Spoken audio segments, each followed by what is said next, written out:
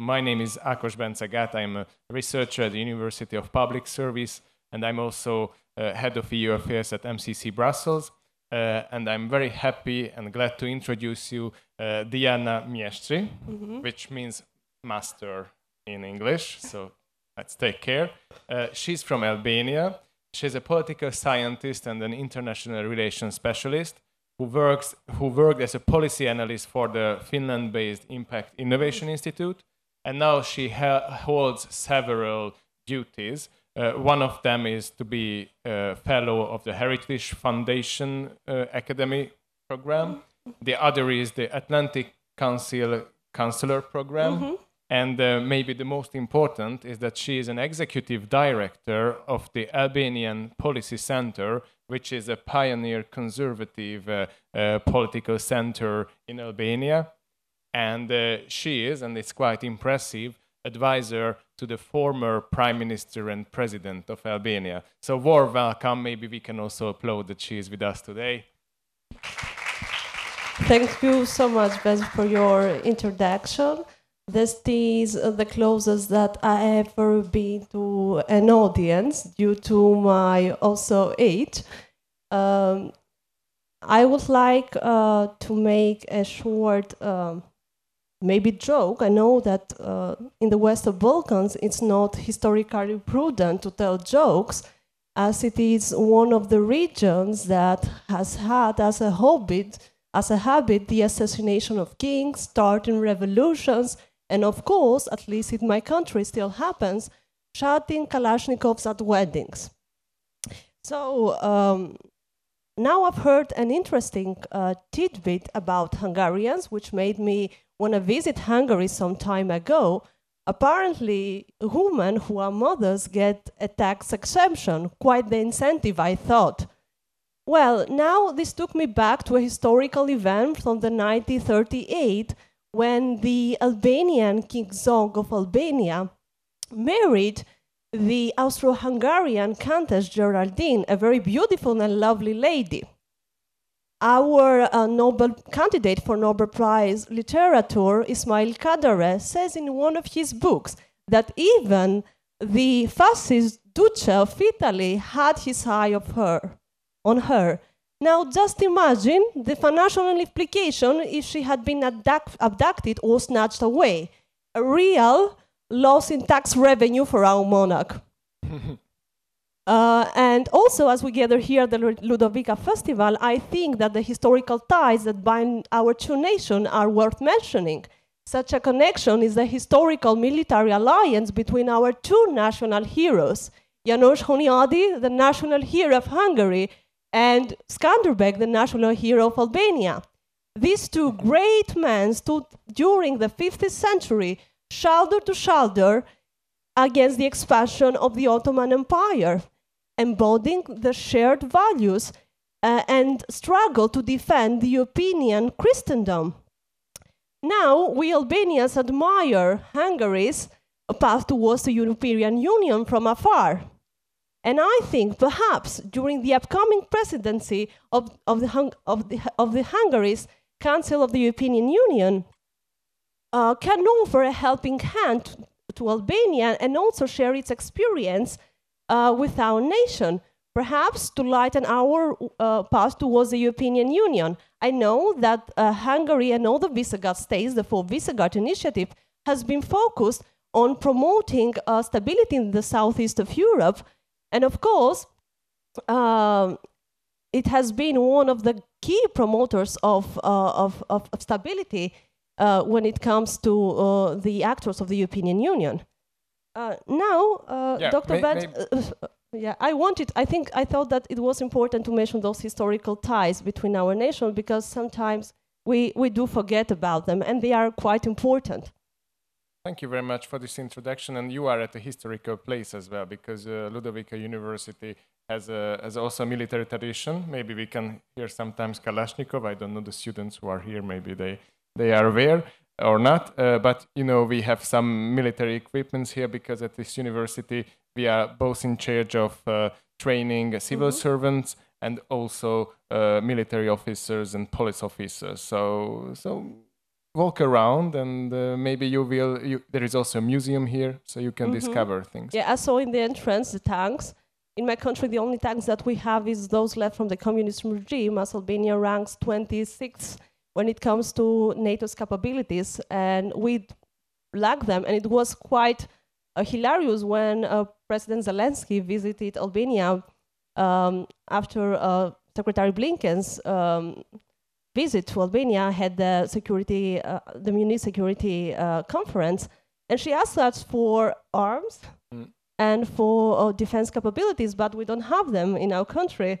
And it was quite difficult to know how could we provide them to another country. That's a practical question, is that if you don't have something, how to provide. But you mentioned Mr. Zelensky, President Zelensky, and this is the first topic I want to touch, the question of enlargement, but also the question of enlargement in the specific context of the war in Ukraine. Because you know that after Russia invaded Ukraine, Ukraine kind of got on a fast track towards the European Union. So we said before that in the EU there was a kind of enlargement fatigue, which means that nobody was really keen on going on with the enlargement procedure. But then Ukraine as a flash arrived, and they kind of went much faster than Albania and the Western Balkan countries. So what do you think, first, what is the impact of Ukraine's fast track on Albania's perspectives joining the EU? What may be her last State of Union address as the President of the European Commission, Ursula von der Leyen declared some time ago that we should respond to the call of history and accept new member states inside the European Union, including countries from the Western Balkans. Then 10 days prior to that, the President of the European Council, Charles Michel, said also that we should be ready from the both sides to enlarge by 2013. Well, I think that the Albanian government should be ready to respond with adequate reform to the European Union, possibly new and temporarily enlargement zeal, backed, of course, by a national consensus. I think that this is a limited time offer. And despite continually repeating that the Western Balkans' fate is in the European Union, it wasn't until the Russian invasion of Ukraine that the region was perceived as a region that the European major powers should secure instead from being secured from it. And for a long time, the preferred political genre of the Western Balkans has been drama. And of course, if we go back to the 2004 Big Bang enlargement, which also accepted in the European Union member states from the Eastern Bloc, which underwent a dual transition from authoritarianism and communism to democracies or liberal democracies, even though I don't like to use the word liberal because it has a kind of different connotation today in Europe, and to free markets. So we somehow are convinced of the transformative power that the European Union has. Of course, we wonder what are Ukrainians doing differently from us. Like Albania, which is struggling with high corruption and organized crime, Ukraine is also struggling with corruption. So we're wondering what they have done differently and whether there are lessons to learn from Ukraine. I believe that, if you ask me as a young person, I believe that Ukraine is closer to being a kleptocracy than a democracy, and it's not only me saying that, because a recent poll conducted by the Kiev's Independent Sociology Institute last year suggests that the second most important problem for the people in Ukraine is corruption, and then, of course, follows the Russian invasion of Ukraine. So this fast track, of course, hasn't gained widespread support. For example, President of France, Macron, said that we should never say never, but under such conditions and under the anomaly that the Ukrainian war presents, it's quite difficult to have such a succession. So should we ask, is it a realistic goal?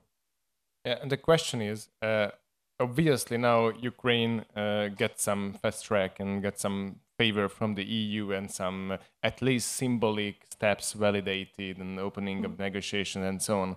But do you think that the fact that it is faster for Ukraine, can it make faster the accession procedure for Albania, or there is no relation between the two? I don't think there is a relation between the two. I think only that maybe we can profit from the current situation, because if we go back, for example, to the European Union common foreign policy and foreign security policy, we see that there is no trace of the use of the term geopolitics in the past, because after the horrors of the World War II, the term geopolitics also as a discipline was conjuring images of Nazi land grabs and imperial conquest.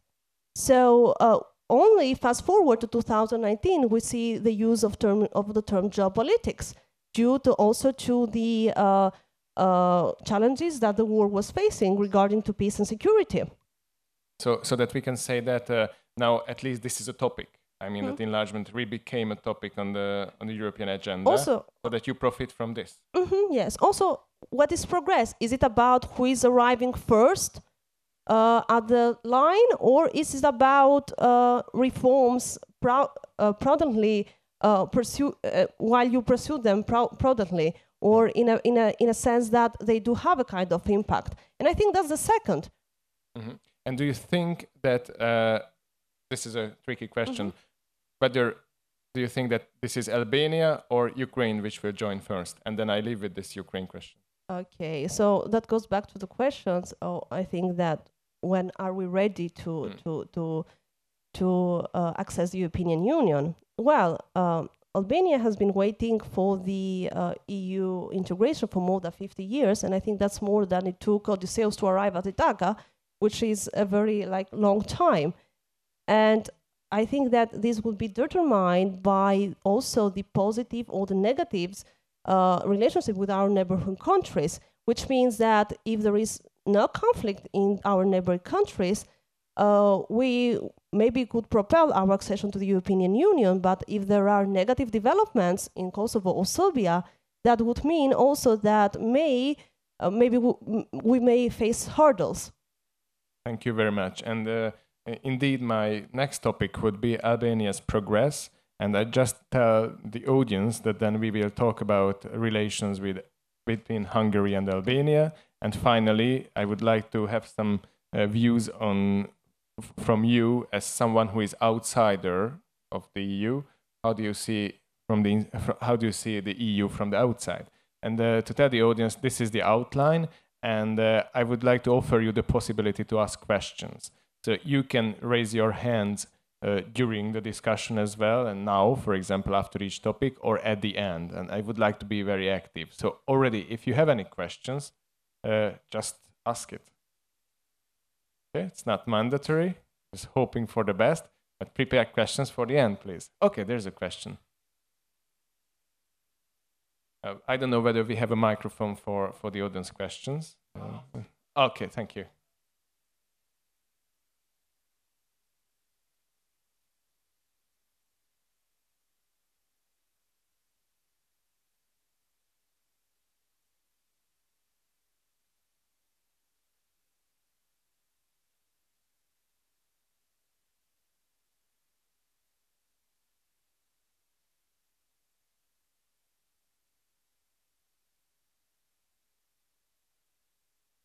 Good question. That's a great question.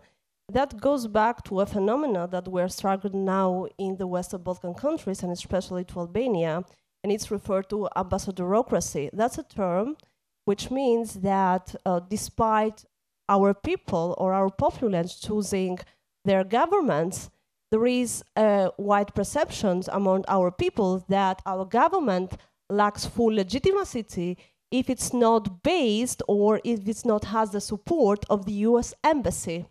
So this signifies the importance that the American representatives have in our country, and they have the potential to also shape the political atmosphere. For example, the leader of the opposition, Mr. Berisha, was declared non grata in the United States. And for a long time, the embassy in Tirana, the US embassy, has interfered in the internal affairs of the opposition Conservative Party of Albania. And it has such a large impact that people can trust the opposition party, because also this is a wide topic, because they haven't offered any evidence for his case, and he has actively been asking for evidence to be public, but such a thing hasn't happened. And there was now a huge scandal in my country involving also FBA agents being corrupted by the government to declare the leader of the opposition non grata. And this is the significance, of course, that the US holds in shaping the whole political atmosphere in Albania. For example, if our leaders employ, which is very common in the Western Balkans, especially in Albania, tactics, Balkan-style tactics to win the election, like involving gang leaders in the electoral process to pressure on the administration or even the people to vote for the ruling party. If the government still have, for example, the knowledge and the support of the US embassy, that proves that the government has passed the final litmus test of democracy, despite having, let's say, despite being contentious in terms of democratic values. And another thing is this one that I'm going to mention, and I think that's important. In the Western Balkans, I think that the foreign policy of the United States towards the Western Balkans has favored stabilocracy, a term used to say that we are scared from the bloodshed of the past because this is a region marked by ethnic conflicts. So we prefer autocratic leaders because they can offer us a swift and decision-making, which also makes a reliable partner for the United States and the European Union in exchange, for example, let's say, is the installation of immigration camps for immigrants coming from war-torn regions like Afghanistan and Syria. And I think, yes, the United States would prefer Albania to be, despite openly supporting that, of course, in their documents, a client-list state. For now, for example, we still have some American major investments in our region, and we are still skeptical about the real intentions and why are those economic investments happening. Thank you very much. And then there is a question related to this. As far as I understood, there are competing approaches towards Albania. The USA and the European Union are competing for influence. And my question would be whether the US influences more or the European Union influences more Albanian politics. It can be also a short answer. No, I think that the United States influence is more significant than the European Union's influence. And I will give you this short information. In my country, for example, we'll still name kids after the American presidents due to the US intervention in Kosovo in the 90s. For example, you have kids named Clinton, Bush, or Clinton and Bush both. And that's it doesn't happen, for example. We don't have any Claude Monet, for example, there. Jean Monnet. Thank you very much.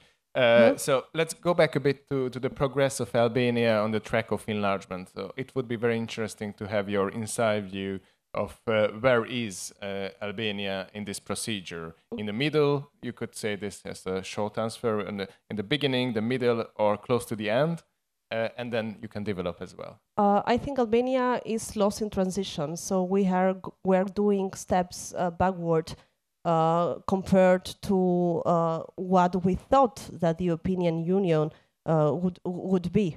Of course, after the fall of communism in the 90s, the recurring call among the young people of that generation was this: we want Albania to be like the rest of Europe. And by this, we meant that we want to embrace the democratic values of the European Union, meaning the political pluralism, freedom of speech and religion, and the respect for human dignity. Now, since then, the question, if we still want to be in the European Union, has been repeatedly asked, but we haven't taken into consideration that the European Union today is quite different from the one we wanted to join in the 90s.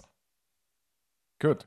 I will come back to this point, but okay, so what are the main challenges, what do you think, before Albania, and what are the main achievements, maybe, to be positive as well, like you are proud of Albania did during the last 1 or 2 decades, maybe, that we could say that this is an achievement, you are on a good line, and of course, what are the challenges? I think one of the major challenges is the rampant corruption and organized crime in the country. In 2016, with the EU membership as a key motivator, Albania embarked on a major judicial reform with international support, aided by the recommendation of the Open Society Foundation experts and pushed heavily by the US Embassy and the European Union. This reform was deemed vital for the political future of Albania and its path to EU accession. The years 2015-2016 mark a constitutional period in Albania quite distinct from the periods of ordinary politics. And of course, the people who were enthusiastic about this reform because they thought that we would root out corruption in the judiciary system and also in politics, and all political forces succumbed to this enthusiasm, and there was no opposition and a complaint against the reform itself. Now, something interesting happened during the way.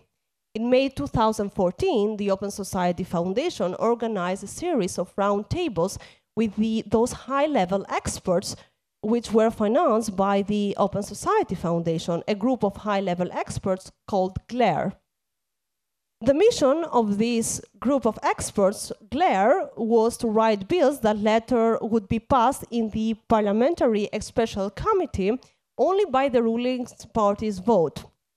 From the very beginning, it became crystal clear that the aim of this judiciary reform was to create a unique, sui generis kind of judiciary in a country, because, the Open Society Foundation influence in Albania is quite significant, and it's one of the major financiers of the left in my country, and they are proudly, openly displaying that. For example, you know that the director of the Open Society Foundation, they come, they visit our country, and they call the Prime Minister and the Mayor of Tirana brothers, and it was like very impressive how a Secretary of State could come to a small Balkan city and meet, of course, with the Prime Minister, which is because of the protocol, but also with the mayor of a small city. And we see the same mayor going and meeting with Kamala Harris, the Vice President of the United States. So we ask, what have they done to the world that they are so important? Of course, the reality of this reform has not matched our expectation. The reform process, while initially hopeful, has been marred by concerns of state capture. This reform also created a special court called the Specialized Court Against Corruption and Organized Crime, which was aiming to root out corruption and prosecute judges that had connection to gang leaders and who would accept political interference from the government. Transparency International published the 2023 corruption perception indicators, where Albania turns out to be to the approximate level of corruption that we had in 2017 prior to the reform in the judicial system. So what does this new court do? This new court is under the rule of the Socialist Party, and it's now used as, the Socialist Party is using that as a witch hunt to rule against judges that have in the past take decisions against the ruling party or against gang leaders or people who have criminal ties and are connected to the government. Do you say? And also now they use also this special court to put under house arrest the leader of the opposition without like presenting any evidence against him. At least they should have treated them equal as all the other citizens, but the legal procedure was terribly abnormal and illegal. And you say that such a new institution, a court, which is, for the European values, we always admire the courts, a prosecutor's office, a court. We are talking inside the European Union. we are talking about the new European Prosecutor's Office as well. Hungary didn't join because we feared, I think, that it can be used for political purposes. But that's interesting that you have, under the title of EU accession, created a new court, and then it turns out to be a bit tricky political tool. It's tricky, and it's not being used only to let's say to exercise political pressure against the opposition, but also now this structure, this court, has been cut and put under political influence from different clans inside the Socialist Party. So they are also using it against each other now. And if there's a government change, the new government could also influence, or it would, according to you, still remain attached to some parties of the political scene? I think that would remain attached. Remain attached. Okay, obviously these are only opinions, so but it's very interesting to listen to your expertise on this. And the question is the achievements. You know, like what positive achievements Albania reached. You have to lobby a bit because we are in Hungary, in a country that supports a lot enlargement. So you have to convince to go further on this way. Okay, I think one of the main achievements was the visa liberalization with Albania. That made a lot of Albanians who had previously emigrated under the light of the moon in the mountains because they didn't have any other light to see the road where they were passing, to emigrate now as normal people with human dignity and without being threatened in prisons because, okay, they were, of course, committing something that was illegal. But the downside of this achievement, also under the communist regime, you should know that we weren't able to pass from one border to another without being shot in our backs by the state police. So that was illegal. And when the visa liberalization happened, a lot of people that they were searching to reach the European Hesperides for a better life, they finally had that opportunity. I see. So this is a good thing, but this was it an achievement also, of Albania this also or has international relations? Also, I think this has a downside. For example, the last decade, they have emigrated from Albania almost 700,000 people. And we also have the third largest diaspora in the world. Of course, those people have emigrated westward for better work conditions or for education and healthcare. But while their remittances contribute back to our country, their absence is weakening our nation. These people could bolster our economy because they are, unlikely in the past, now they are professionals, and especially young people.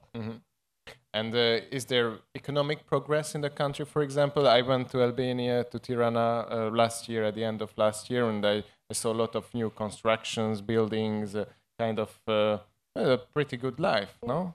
From the outside, it seems like everything is going well in Tirana. You see buildings, skyscrapers being built, and you see like the country has some kind of development.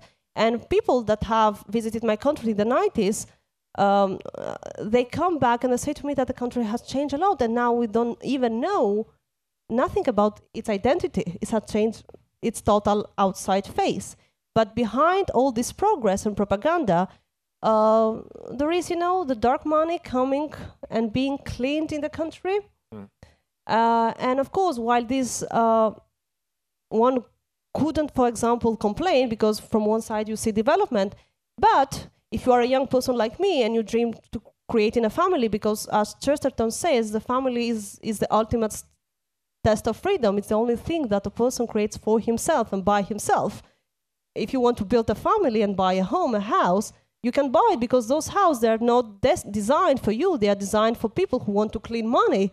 And you can, of course, buy them with the average wage that you have in your country. Thank you very much. As of now, are there any questions in the audience? Like we had a very good question 10 minutes ago. Is there any other question from you? Maybe from someone else? No? Okay, let's join the discussion.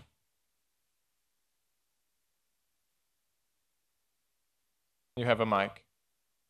I understand that Albania has self-sufficiency when it comes to oil and gas. Is that correct?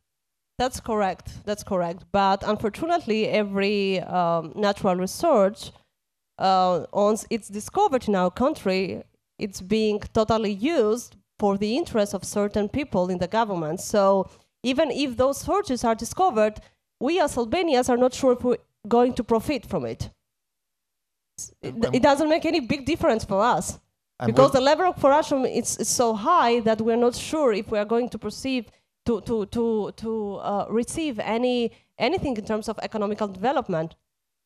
Would that also be the case for mining of certain rare minerals that you can't find anywhere else in Europe? Sorry? Minerals? Yeah, No. so I understand there are deposits of rare minerals in Albania as well that can't be found anywhere else in Europe. That's true. We have some kind of those criminals in our country. Thank you. So let's go for the third topic of the 4 topics.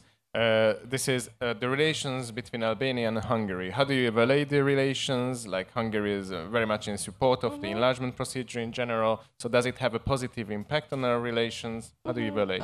Through the Visegrad 4 initiative, Hungary has supported the enlargement of the Western Balkans, while all the countries have referred to the Western Balkans during their presidency. The 2017-2018 presidency, Hungarian presidency, gave a special impetus to the cooperation between the Western Balkans and the Visegrad 4 states. The reason they did that under the reason that the Euro-Atlantic integration of the Western Balkans is a key to the stability of the region. Of course, Prime Minister Viktor Orbán has openly been a staunch supporter of the Albania's integration into the European Union, because I think it's also in Hungary's interest to preserve some kind of stability in the southeast of Europe because of its geographic proximity to Hungary itself. Of course, we've seen that this stance has created a positive atmosphere in Albania, and we have seen bilateral good ties between our 2 countries, and investments when it comes to trade and banking. For example, when I came here and I wanted to exchange some euros, I saw the OTP bank, and it was very familiar to me because we have it in our country too. So I think that they have been generally good relations, and I'm hoping that in the future they will still be as good as well. Thank you very much. Questions from the audience? Yeah, please. It's coming.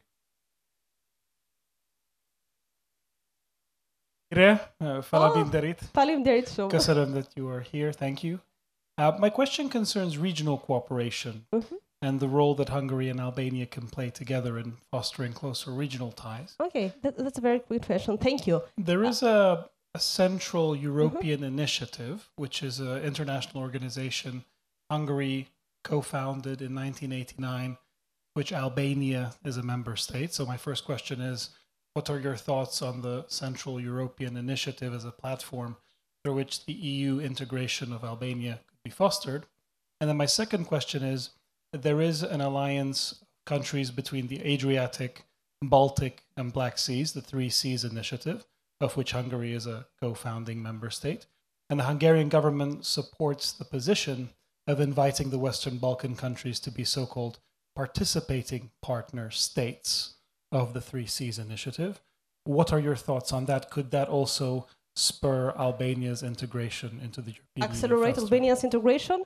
I think that despite what we can offer us, because we also had the Berlin process, for example, it was a great opportunity to accelerate our integration into the Western Balkans, and that's other initiatives that Hungary offers to us, and we are, as a young person, I'm very grateful to that. But I think that it depends on our political will. We had the Berlin process, for example, proposed by the Germans to us, and we are the least country receiving funds from the Berlin process. I know that our Prime Minister complains about that, but it's not their fault, it's our fault, because we don't show political will. Serbia has been one of those countries receiving most funding. Montenegro, Serbia has been to the IPA programming, has been one of the states receiving the most funded. And of course, during this, the Berlin summit in Tirana, our Prime Minister complained to Ursula von der Leyen that we're not receiving enough funding. Of course, that's because we lack the expertise and experience of people who can apply to those fundings, and also the experience to manage that money. We have a very bad experience with managing money due to the rampant levels of corruption, of course. So I think whatever you offer us, that's very good for us. We're grateful, but I think that if we don't have the political will and the expertise, we can't respond to that in a positive way. What would you do to develop this kind of expertise more broadly inside the Albanian public? Yeah, I was yesterday here at the Ludovica Festival, and I saw a young lady who had a great speech, and I think that was a good example, also a sample of the quality of students that they are here, and I felt very proud of her, and I told that to her. And I saw that the university here, the Ludovica, was developing programs which prepares young people to work in the EU institutions. We lack that in our country. We don't have the expertise. We don't know how to apply for fundings, even for projects for our small organizations. So I think that's something we can do, and I was very inspired by the Ludovica University to do such a thing in my country. Thank you very much. Other questions? Oh, okay, we continue. You can still think about questions. We still have 10 minutes for discussion and questions. So the last topic is how the EU is seen from the outside. So as you as an Albanian, you as a candidate for being a member of the European Union, you mentioned already that you are aware, and it was very interesting that you are aware that the EU 10 years ago or 15 years ago was different than it is now. I think it's a very interesting point from someone who is from the outside, because I think that from the outside we tend to believe that this is the same. So this would be my first question. How do you see it from the outside? If you go back, for example, to the strategic agenda, the European Union strategic agenda 2014-2019, we see that one of the main sections there is one regarding the Green Deal agenda. And of course, for someone coming from Albania, which is a country where there are significant problems regarding fair and free elections, the independence of judiciary, and also the high levels of corruption, being concerned about the carbon emission, it's a luxury for us, I believe. And I think that while these goals, if applied prudently, they can offer us some profits when it comes to protecting our environment and preserving that, we in Albania have a bigger fish to fry. Also, I see that the European Union has become a kind of the first export. Yeah, the European Union used to export norms, of course, not soldiers, and they have done that primarily through economic leverage, through economic means. But now we see that the major goal has been exporting this kind of diversity, equality, exclusivity agenda, which is also supported by its agencies and also the international elitist organizations. And I'm very concerned about that, to be honest. I don't know if we Albanians have a red line in our country, because to have a red line, you have also to have some kind of political integrity in your country. And since we are missing that, I don't know if we can say at a moment stop that, because here we can't have a convergence with the EU. Mm-hmm. Thank you. And those debates, like you mentioned these topics, and you know that Hungary is kind of in the middle of some debates with the European Union around this rule of law question, LGBTQ question, that gender ideology, so the new European values.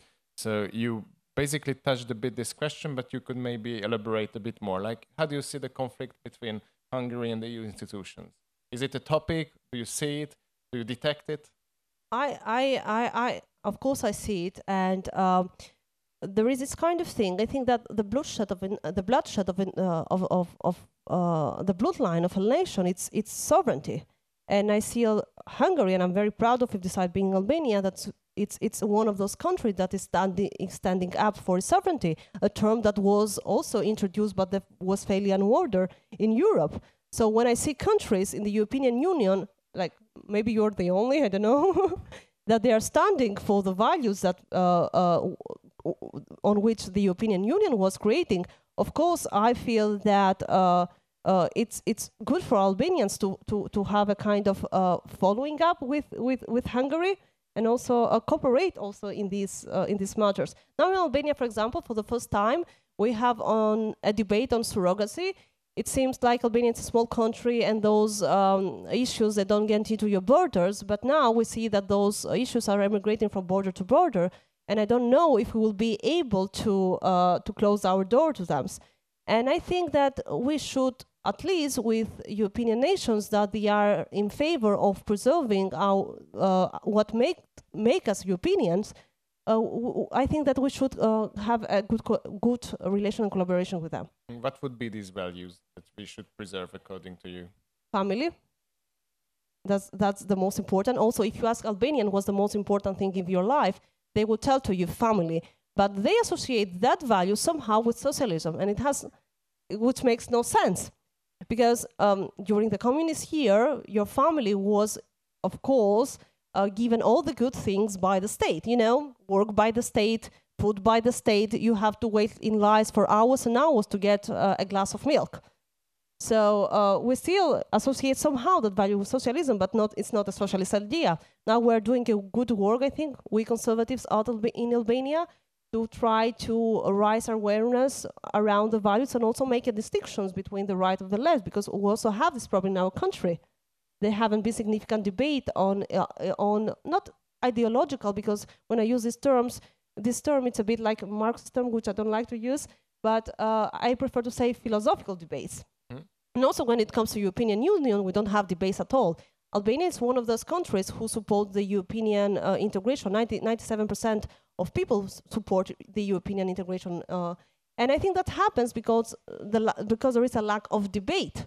Nobody's asking the question, of course. If there is no wonder that we are on the EU train if it's the only train leaving the station.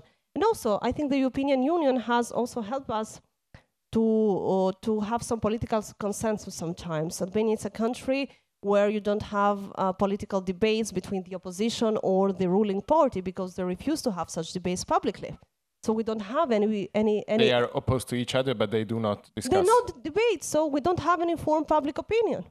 Of course, you have experts which go in television, and some of them are financed to tell certain things and to do the propaganda, because today the propaganda is done on the basis not to make people believe something, but to make them not to believe it. Mm.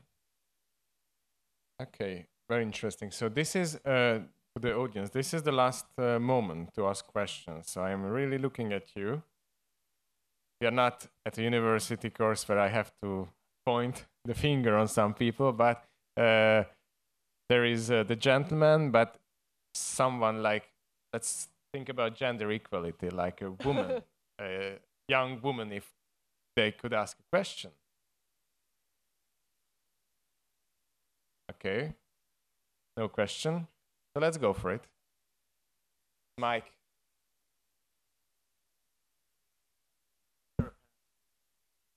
Patrick. Oh. My name's Patrick, by the way. Tony Blair's developing a bit of a presence in Albania at the moment, and His Eminence Greece, Alastair Campbell, is apparently quite a close associate of your current Prime Minister. Are you aware of that presence at all? I know that the organization of Tony Blair is assisting when it comes to political advising to the Prime Minister office, but I don't have any certain information on what's going inside that. It's pretty like an closed situation, so I don't have like certain information to that. If I had, I would tell you, but Thank you. Okay. It's a follow-up, I swear. It's follow-up. Okay. Do you want follow-up? It's just in the sense of Albania searching for patrons and assistance, and you've an interesting history in your relationship with China, and I don't know if you've been observing events here in Hungary in the last 48 hours. That's a very interesting topic. When I talk to my American friends, I say to them that if you want to get information about China, you should talk to us, because we have had exclusive relationship with them for years, and we know them well. When it comes to Hungary, I'm very curious to see how this strategy of connectivity with China instead of decoupling will work in the future. I see that Hungary has prioritized national interest, and I'm quite in favor of that. But also, and in a way, not paying attention also to the ideological divisions. I'm very interested to see also the Argentinian stance toward China, and which would work better, the Argentinian, the Hungarian. And I think that maybe we also should produce an opinion piece on that. It would be very interesting to see. Good, thank you very much. So my last question, it's a kind of concluding question. You know, we have this enlargement session here because this is one of the priorities of the upcoming Hungarian EU presidency from the 1st of July. So we will be in charge of heading the discussions in the Council. It's an important job for Hungary. Would you have any advice? What should we do under this enlargement question for enlargement priority during the 6 months we will be in charge of running the institutions, I mean the council meetings of the EU? So any advice to us, what we should put on the agenda, or a Hungarian minister should say, something or should that not would say? profit Albania, I think, is to keep the enlargement as a key priority for us, so we win some time and momentum to make some progress at least. Of course, now we don't have opened any clusters or chapters with the European Unions, compared to Montenegro and Serbia, which countries have opened most of their clusters and